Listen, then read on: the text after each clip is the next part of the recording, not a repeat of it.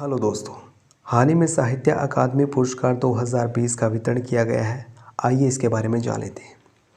मराठी लेखिका नंदा खैरे ने अपने उपन्यासकार उदय के लिए साहित्य अकादमी पुरस्कार स्वीकार करने से इनकार कर दिया है। साहित्य अकादमी पुरस्कार वर्ष 1954 में स्थापित किया गया था।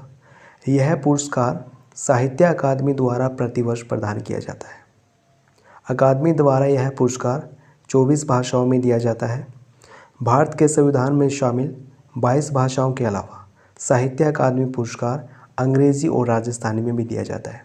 आप सभी जानते हैं, हमारे संविधान की 8वीं अनुसूची में 22 भाषाओं का उल्लेख है। उन भाषाओं में तो ये संविधान दिया ही जाता है, ये पुरस्कार दिया ही जाता है। इसके अलावा अन्य 2 भाषाओं में भी दिया जाता है और वो अन्य 2 भाषाएँ हैं अंग्रेज़ी और राजस्थानी।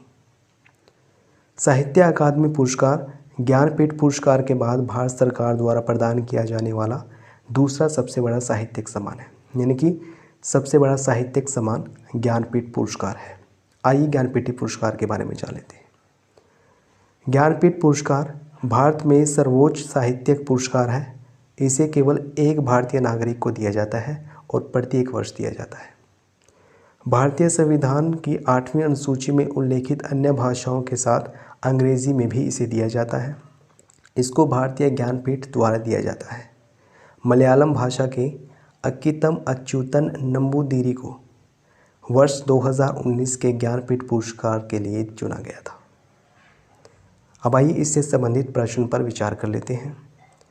साहित्य अकादमी पुरस्कार से संबंधित निम्नलिखित कथनों पर विचार कीजिए।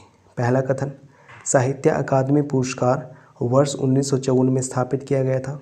दूसरा, यह भारत का सर्वोच्च साहित्यिक पुरस्कार है।